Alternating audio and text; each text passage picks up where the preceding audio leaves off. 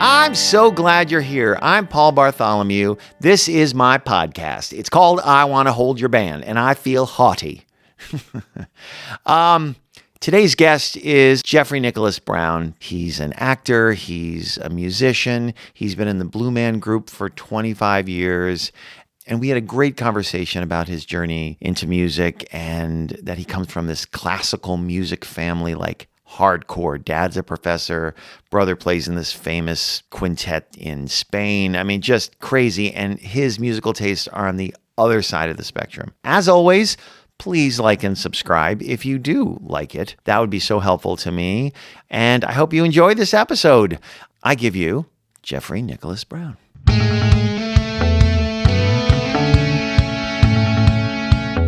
What is the first piece of music that you remember in your life? So, little context, I grew up in a classical music only family. Already a lot of questions. My dad was a classical music professor at DePaul University in Chicago. What? My mom was the music teacher at a Catholic school, kindergarten through 8th grade. My brother is a classical musician. He's the head of the chamber music department at Colburn and was in one of the top string quartets in Spain for 25 years before that. So I come from a heavy classical music background. What is your brother, what's his main instrument that he plays? Viola. He was a violist in Casals Quartet out of Barcelona for 25 years. So I had to go to symphonies. I went to operas as a child. I saw Shakespeare plays. It was all very heavy classical. Did you like it when it was? No, I was always like, it didn't connect with me. And I always just was like, I don't get what everyone is seeing in this. And I'll never forget, I was on the bus and I heard Joan Jett's I Love Rock and Roll. Oh my God. And I went, what is that? And then shortly after that, we went on a family trip up to Minnesota, and I was with my cousin, and he played Van Halen 1980, like he played Jump, and it was the Friday night videos where, Jump was like in the rotation. Yeah. And I immediately was like, hold on, this is speaking to me in a major way. So I would say Joan Jett, I Love Rock and Roll was the first song that I can still remember it to this day being like, this makes me feel good and powerful and sort of confident and just kind of like, oh my God, and I was sort of like embarrassed about it almost. I was like, then I started, sort of trying to find rock and roll music on the radio. And I found like, the local rock station, and I started listening to that. Which is, you said, where did you grow up? Chicago. So that would have been XRT or I can't even remember the name of the. So then my cousin exposed me to Van Halen, and then I was like, okay, I started, anything I could. I was watching Friday night videos. It was a little later that I started going to like record stores. I was still too young, but my first album, my first record that I ever had was John Cougar Mellencamp, American Fool, and I was so young that I thought, he's an American fool. Oh, there must be some sort of license, or he must have gone through some schooling to become. I didn't know that albums had titles, and it said John Cougar Mellencamp, American Fool, and I thought it was like a title or something that he had become like a fool. Like he was a fool. My grandmother gave it to me, and there was discussion as to whether or not, because it was one of those things where like my mom had a very big family, and we would all draw names out of a hat, and like you would get one gift from one cousin or whatever, and so someone had chose me, and they were and on my list was a rock and roll record. Like I didn't even know. I was just like, give me a rock and roll record. You just said rock and roll record. Like a rock and roll record, and so they said, I don't know. They went to the store and someone was like, give them this. This is a good one. But they were nervous because of the song "Hurt So Good." Oh, is about sex. Can Jeffrey handle this song? It was like a whole. I learned there was a little bit of hesitation there, and then I immediately just started as I bought for other birthday party gifts and Christmas gifts I got. I got super into Motley Crue and like Van Halen, and my top 4 bands, if you asked me when I was 10, I'd be like Van Halen, Motley Crue, Kiss, Rat. Rat. Round and round. Yeah. Oh my God.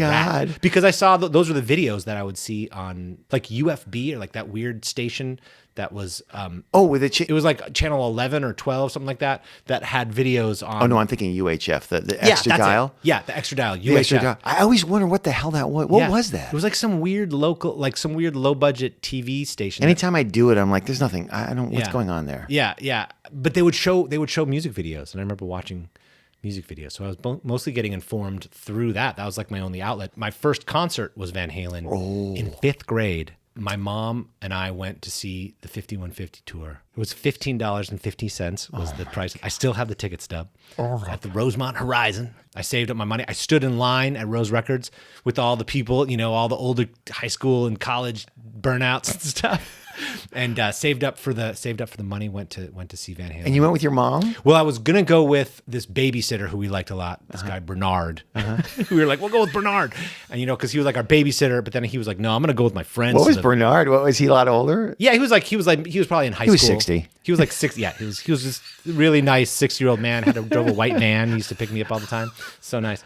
But so this kid was in high school. He was like in high school. But then he was like, I'm going to go with my friends. So then I ended up going with my mom. My mom fell asleep at the Van Halen concert, which I remember being like, wow. And I just stood on my chair and just screamed and was like, oh my God, this is the most exciting thing I've ever seen. That album, I loved that album so much. That had everything. That had like dreams and dreams. Right? Yeah. Why can't this be love? Why can't this be love? And I remember listening to it and preparing and being like, I need to know this record. But when I go to the concert, I have to know every song and like have a connection. At the time, I was excited to see anything, but I'm definitely in the David Lee Roth camp, 100%. And I saw Van Halen again with David Lee Roth in like 2007 when they did those weird. How was that? Was it? It was great. It was. I saw. Sometimes you do it and you're like, yeah, they were a hit or miss, but I think it was L.A. So like. Eddie had a lot of people around that he couldn't get too fucked up for. Yeah. And I think that he sort of held it together and they put on a really good show that night. I want to go back to the classical thing. Yeah. That was all in your house. And did your dad listen to a lot of classical music? Oh my God. He would sit in front of the stereo and listen to symphony after symphony, staring at the score oftentimes. Really? He wrote a book on Schumann. I mean, it was way down the rabbit hole. Like all of our family friends were in the Chicago Symphony or something like we were very heavily steeped in the Chicago classical music. And do you remember, did he listen on a record player that was downstairs? A record player? He had hundreds and hundreds and hundreds of records. Like whole wall filled with classical records. Did he like any other types of music? Absolutely not. Any other type of music was less than any other. He looked down upon other types of music. Really? Oh, yeah.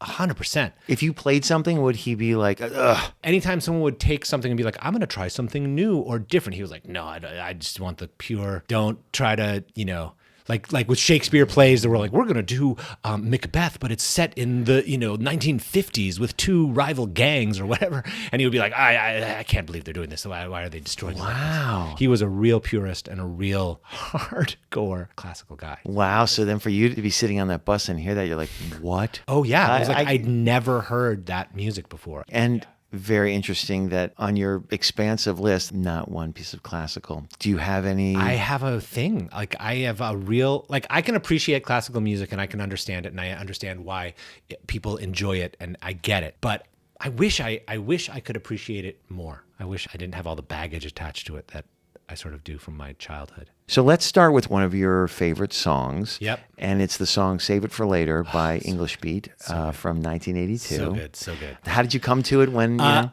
So when I was in high school, ska music was really popular. The Metro was like our local, sort of smaller than the Wiltern. It was kind of similar to like... Oh, in Chicago. Yeah, in Chicago. It was like a maybe 1,000 seat, but there were ska shows all the time. And like we would see the Toasters, the Special Beat, the English Beat all the time in high school. So like Save It for Later, I guess, just makes me think of high school parties and like that sort of nostalgic time where just, life is really simple and you're just going out with your friends and everything is just beginning and everything's fresh and kind of new. So you went to these concerts with friends. Yeah. Did somebody introduce you to ska or were you just, your friend group was like, oh, this is... My friend group introduced me. Like I remember, so there were a couple of kids that were like, they were cool kids. They were like, everyone was like, they're so interesting. Like I had a friend named Noah Sheldon and he kind of got me into ska music probably more than anyone. Sheldon. And he had an older, because my older brother was into classical music. So I didn't have that passed down, but he had an older brother, Ivan, and Noah was very knowledgeable about like world music and like a lot of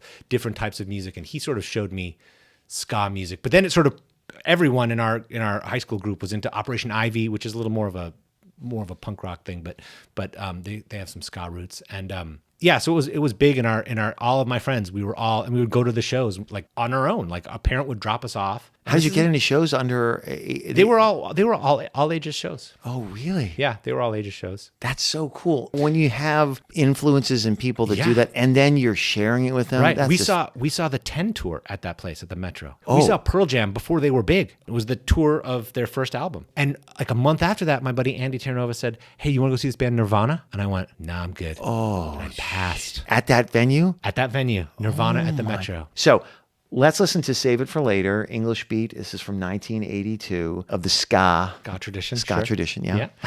So we're gonna listen to it right now. Fucking great song. Such a good song. Such a That good. the sax line.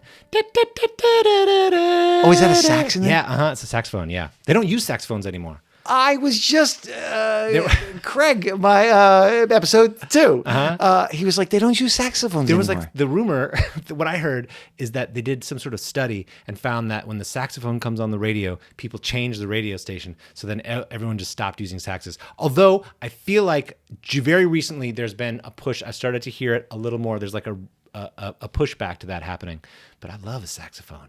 God, that's a great song. Such a good song. And then what I love too is the drummer fills past the bar. He'll fill like 1, 2, 3, 4, 1, 2, and come back in on the 2, and he kind of crosses the bar like that, and it gives it a real. I love it when my favorite, because I'm a drummer, right? So one of my favorite things to do is to cross over the bar, and he does that all the time. Like that, ending on the 2 instead of. By the way, for the listener, Yeah. Jeffrey is an incredible drummer, and he's also in Blue Man Group. Yeah, sure. They'll be doing it in Chicago in a week and a half. And how long have you been doing that for? 25 years. Okay, so Blue Man Group. Yep. How did you get into Blue Man Group? Auditioned out of the paper. In New York? No, I was living in Oakland. So I went to acting school in Chicago, was in a band, decided the band was like, let's go to Oakland, we'll get a warehouse and we'll be a band. I was like, yes, this sounds awesome. And we went and we got a warehouse in the worst neighborhood ever. So I was out there doing that. And I was still acting and like doing, like a lot of industrials and stuff like that. But a friend of mine said, I had a dream last night that you beat out Michael Jackson for the part of a Blue Man in Blue Man Group. And I opened the San Francisco Guardian and saw this. And she points to an open call for Blue Man Group. And I went to that open call and I got hired. Are you still friends with her? Yeah, totally. Yeah. Do you give her a little salute every? All the time. I'm like, yeah, Thessaly learner. Is it prerequisite for being in the show being able to be a drummer? Yeah. Yeah. As Blue Men, we have to be drummers. We are not super good. Like there's a band that is with us. Those guys are Berklee School of Music, really super talented, heavy drummers. For the Blue Man part, you have to be able to play a single stroke roll at 150 BPM. I actually teach actors here in LA. They'll find an actor and they'll be like, Jeffrey, can you teach them drums for 6 months to a year so that then they are able to do the drum parts? Because as Blue Men, we're playing either PVC pipe instruments or we're playing on one drum with paint. So it's not like we're doing drum set. It's all just, can you, stuff like that. You have to be able to Right. hold a roll like that for a minute or so.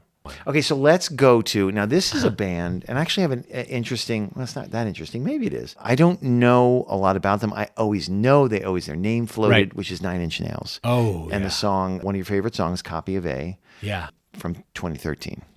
So tell me how you came to 9 Inch Nails. So 9 Inch Nails, interesting story. I actually know the guitar player, Robin Finck. I met him when I was doing Blue Man in Vegas many years ago, and we've been friends ever since. And so I've seen 9 Inch Nails through that lens, I guess. I've seen them 30 times maybe, and they are one of the most powerful, aggressive, so it's mind-blowing how powerful that band is when they are on stage. And their stage show is incredible. I encourage you to watch on YouTube the Lights in the Sky tour from 2008 or the Tension tour from 2013. Had you been a fan of them already? To be honest, I really wasn't a Nails fan until You met him? Until I met him, and then started going to see his band and being like, "Oh my God, this is." When I was doing Blue Man in 2001, Nails and A Perfect Circle came on tour, and there was like some of our crew knew their crew, and we did like a ticket exchange, and they're like, anyone wants to go see 9 Inch Nails, blah, blah, blah. And so I met Robin backstage there, just very briefly, And then his wife, Robin left Nails to do Cirque du Soleil, where he met his wife, Bianca. And I met his wife, Bianca, through another friend in De La Guardia, if you know that show. That was in Yes. Vegas too. So she was out shooting Rush Hour 3 in Las Vegas because they had a casino scene where they needed aerialists, and she was an aerialist. So we were all hanging out. And she's like, "We got to go pick up my husband from the airport," or my fiance. I think they were engaged at the time.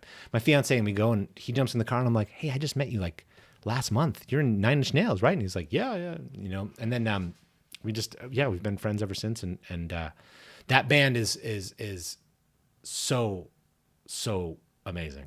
Oh, this is exciting because I don't know from them. I mean, So Trent Reznor creates all the music by himself. Right. Everything all by himself. And then the band, which he's had, a lot of the members have been in the, since 1991 or whatever. The band just like plays the music live. So that's my interesting connection is that when I went to college at the University of Texas in Austin and got into this fraternity that was like kind of a non-fraternity. And it's a bunch of independents, or I wouldn't have done it because I was like, I'm not being hazed. I'm not doing any of that shit. But I got in, so it's a bunch of like just cool random guys that weren't like frat guys, whatever. And I remember Gary Tankersley, who was like 6'8" and just built like a refrigerator, and Alan Chasik. And Alan Chasik was one of those guys that just always had like, there was like, I wouldn't want to fuck with him in a bar, but I like that he's next to me in a bar. They had a third roommate, and his name was Danny. And Danny, I always remember, they're like, "Oh yeah, he's a rock guy. He's fucking cool." And I vaguely remember I was like, did he something with Nine Inch Nails? And I look up Danny Lohner. Yeah, Danny Lohner was in Nails for a long time. He's but fucking cool. They are a dangerous, like, it feels dangerous. It feels, exciting. Their music is and just, again, sheer power. So we're going to listen to Copy of A from 2013 by Nine Inch Nails. And the album is Hesitation Marks. Yeah. Yeah. Okay, so here we go. Fucking yes. Intense, right? It is like really gets you going. Oh my God. And that's on the chiller side for that band, to be honest. It was so hypnotic. Yeah, totally. And it's got Like- that weird ba-da-ba-dim, ba-da-ba-dim, Yeah. ba-da-ba-dim, ba-da-ba-dim, And ba-da-ba-dim, are all the songs like this, or is it just that one? So it's like really tight. Yeah, they're kind of like that. Like he's very like, it's all very, yeah, it's very like organized and very textural, like a lot of textures going on. Yeah, it's dark, but it's like super sexy. Like, Yeah, it really, he's winning all these Oscars with the film scoring thing, with Right. Social Network and all those movies that he does. His music really invokes a lot of emotion. what type of dude is he? Is he pretty Trent, intense? I've never really met Trent. Is the guitarist intense dude? No, he's the sweetest, most normal. Like you would have no idea. It's bonkers. You're like, and then he gets on stage and you're like, who's that guy? Really? He just turns into this total character. It's really like an acting job more than anything. It's wild. I'm so into that. Yeah, like he puts on makeup. He has a whole transformation he goes through. It's like it's a part that he's playing in that band. Yeah. Love it. Okay, now this one is interesting to me because when I got records, I got into jazz, and I had never been into it before. Yeah. Because jazz, I don't have a really nice system, but I did a lot of research, and for my money, jazz sounds amazing. So two things. You have one of your favorite albums is In a Silent Way by Miles Davis, 1969. 100%. And from that album is one of your favorite kind of, I have this obscure song section called Shh, Peaceful. Yeah. So tell me about how you came to that, Miles Davis and jazz. And, Miles Davis, I mean, I got into jazz through it. This would be in college that this happened. Like, look at you in college. You got into jazz. Yeah, mostly the experimental. Like this isn't straight ahead jazz at all. This is Miles Davis's heavy psychedelic, heavy outside of bebop, outside of straight ahead jazz. This is just sort of a improvisation, but it's such a cool vibe. I think the bass player plays like 2 notes. It's real meditative. It's not like any normal music. So when you first got into jazz in college, did you start with that, or did you kind of start with it? Yeah, I started with the more like late 60s, early 70s. There was all this like Chick Corea and Miles Davis and Jack DeJohnette and all these great jazz guys were expanding outside of the straight ahead form. They all played together. Like it was their Live Evil, that record is Joseph Zwanall, Chick Corea, and Herbie Hancock. They had their pianos set up in a triangle, all just like vibing off, and it was real exploratory and very much just like a psychedelic jam more than anything. Interestingly enough, in acting school, we had a class called Movement to Music, where it was all about following your impulse, and they would put on Bitches Brew by Miles Davis, for instance, which is totally insane. Like, just and you would just move your body however you felt. And you would do it with other people, and it was this super intense class. And that's sort of how I first got exposed to Miles Davis' Bitches Brew, and then sort of went from there. Oh, so maybe that was a jumping off point. That could have been a jumping off point. But I feel like I had friends that were like, let's listen to this, like late at night at like 4 a.m. We'd be like, let's listen to In a Silent Way. And the key with you, I feel like you had these great friends that just like brought this music, Well, Yeah. I mean, I don't know if it's lucky. I mean, you also attract towards you probably also what you want, and Right. Well, I always played music, so that always. Oh, that's what it was that too. lended. Yeah, I've always played music In a band, you're always in a band, or I've been in bands since high school. Yeah. Wow. There was times where I wasn't in a band for sure, but for the most part, yeah. So you're around like-minded people who Totally. are, yeah. I always loved hanging out with musicians. They were always the coolest. That's like so when I was in acting school, it's like, I'm not hanging out with the actors. I'm finding musicians. I'm gonna hang with these dudes. What's the difference between, because all I know is hanging from actors for 30 years, but like what's the difference between hanging with actors and hanging with musicians? Musicians don't try as hard. Yeah. Actors seem to always really try hard to be funny or to bring, they just seem like they're working harder, and musicians just seem chiller and just more just kind of like, it's all just kind of letting it happen. But I just always gravitated to the musicians. It just seemed like it always worked out too, because acting sort of seemed. I love acting, and I love actors. There's a lot of actors, yourself included, that that I like a lot. But musicians just seemed more. It just seemed more dangerous. Like I've always been attracted to dangerous things and like danger, and music had more of that than acting did. Always attracted to dangerous things. That's Kinda. interesting. Like going all the way back to when you were little? Absolutely. I think it goes back to the whole classical music thing. It goes back to just like wanting to, I remember just wanting to be bad. Like I always had a desire to like. Did you have that desire and you liked it in music and things, or were you a naughty boy? Like, did you? I wasn't that bad. I Wild kid. I was not a wild kid. I mean, I wanted, but I was attracted to, like, there was a desire to misbehave in some form a lot. I mean, I followed the Grateful Dead around the country for like a little bit of time there. So. How long did you follow the Dead around? Well, I only did one tour, like a full tour once, but I mean, I saw the Dead 30 times in their last year and a half. And then I've seen Phish like 80 times. We made a puppet show.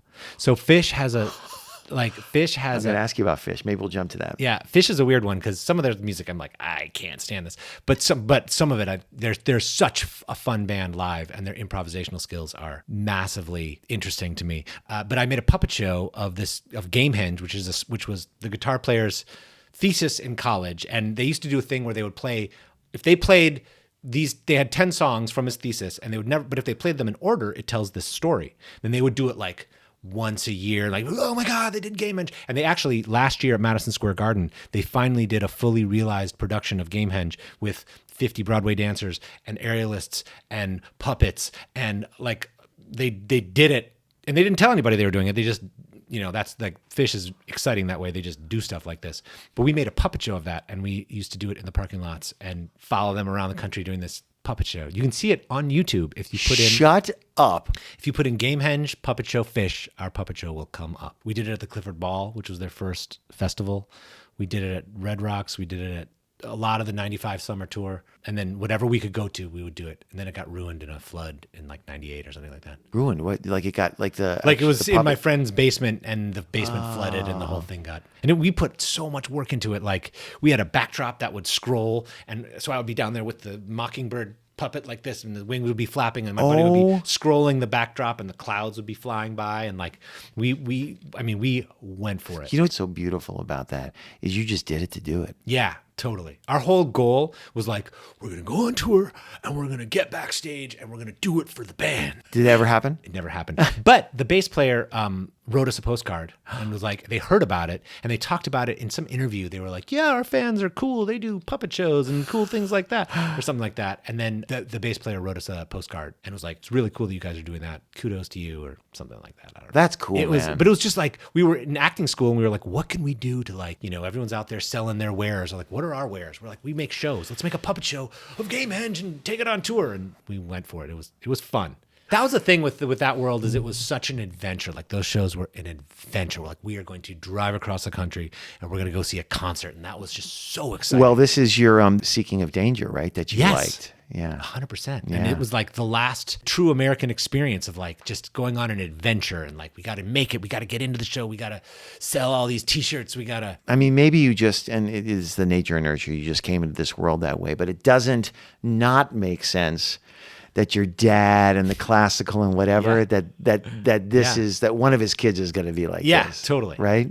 Right. Because I was the same way with that music as he was with symphony music. Yeah. Like he was obsessed. He knew Well, that's everything interesting about too, it. right? And I realized at some point I was like, wait a second, I'm doing exactly what my dad did, just with different tones and different, notes. Okay. So we're going to listen to Peaceful.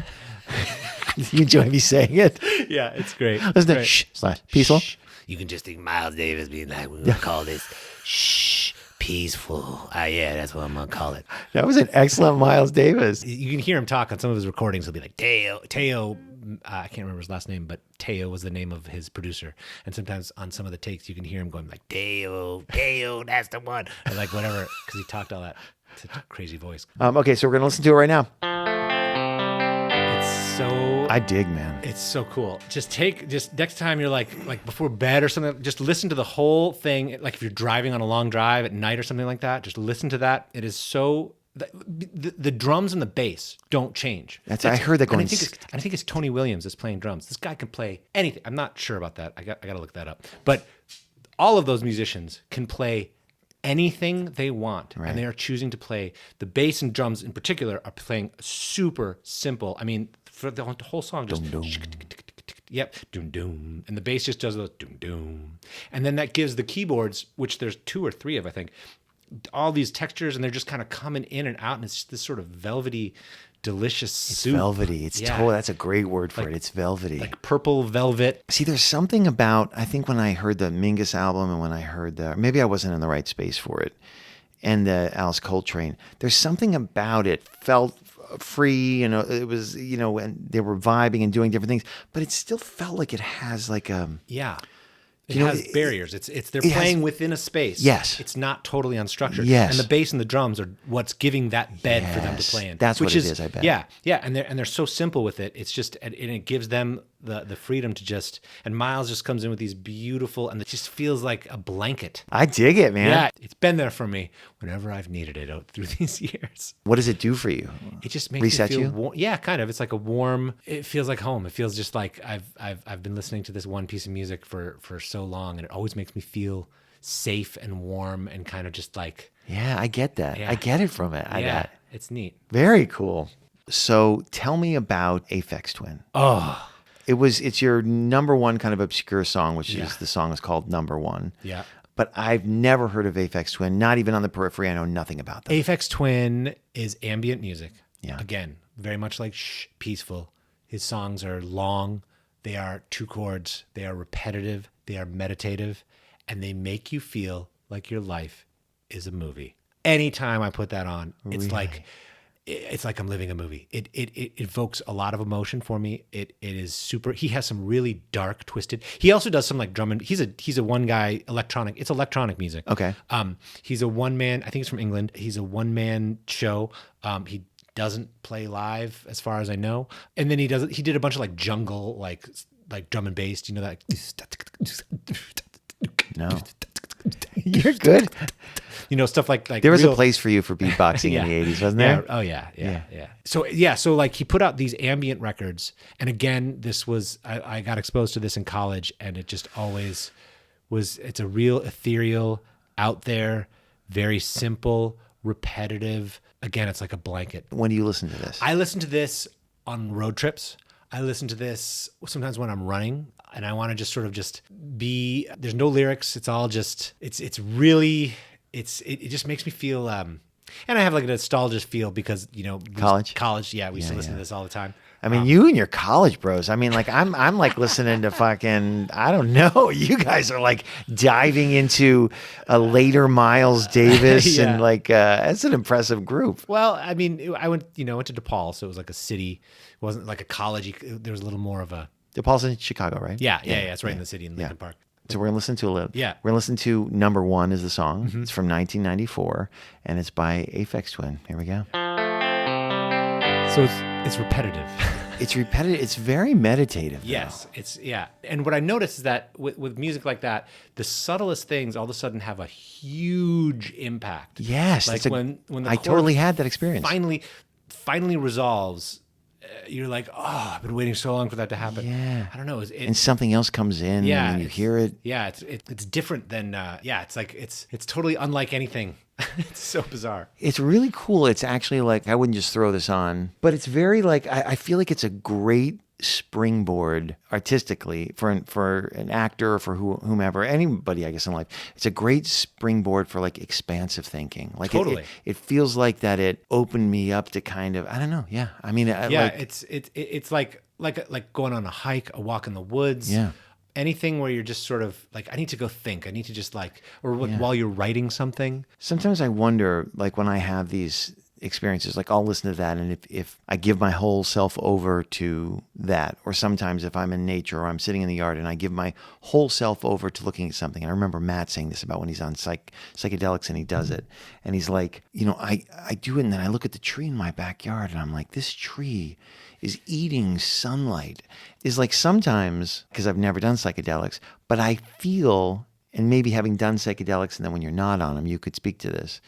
But I feel like when I can hear sometimes if I can really give myself over, I feel like this is at least a cousin to what it would feel like when you're on psychedelics. I think in so. that you're really open and it's going to send your mind to other different places, that I'm sure. But it's just about being like open and expansive and just, open to everything. Well, I always feel like, your brain can only focus on 11. Like there's all this information coming into your brain all the time, right? Yeah. But your brain shuts it all down. And it's like, look, we're just going to focus on I think it's like 10 or 11 things it can focus on at once. Like you can't feel your shirt touching the skin on your back while it's your pant. You feel your pants on while you feel your shoe. There's like all this information coming and your brain has to choose. Right. And it feels like in those instances, almost like those doors fall down and all of the information starts like coming in. Yeah. And then you're like, oh, so this is what's really going on. Because we only have 5 senses. We can only see so much light and we can only hear so much. And there's frequencies that dogs can hear that we can't hear.